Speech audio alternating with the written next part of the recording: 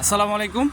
আপনাদের একটা আগামীকাল ৮ তারিখের যারা কর্মসূচি বা মানববন্ধনে যাবেন আপনাদের জন্য একটা জরুরি আপডেট, যেটা হচ্ছে এটা আমার না, যারা নেতৃত্বের প্রধান আছে ওইখানে তাদের আর ভলেন্টিয়ারদের উদ্দেশ্যে এই কথাটা বলা যে কোনো ধরনের বিশৃঙ্খলা এড়াতে ভলেন্টিয়ার রাখা হয়েছে যারা কোনো বেতনভুক্ত না। এই ভুক্তভোগীদের মধ্যেই যে কোনো একজন বা যে কোনো 10 জন এরকম।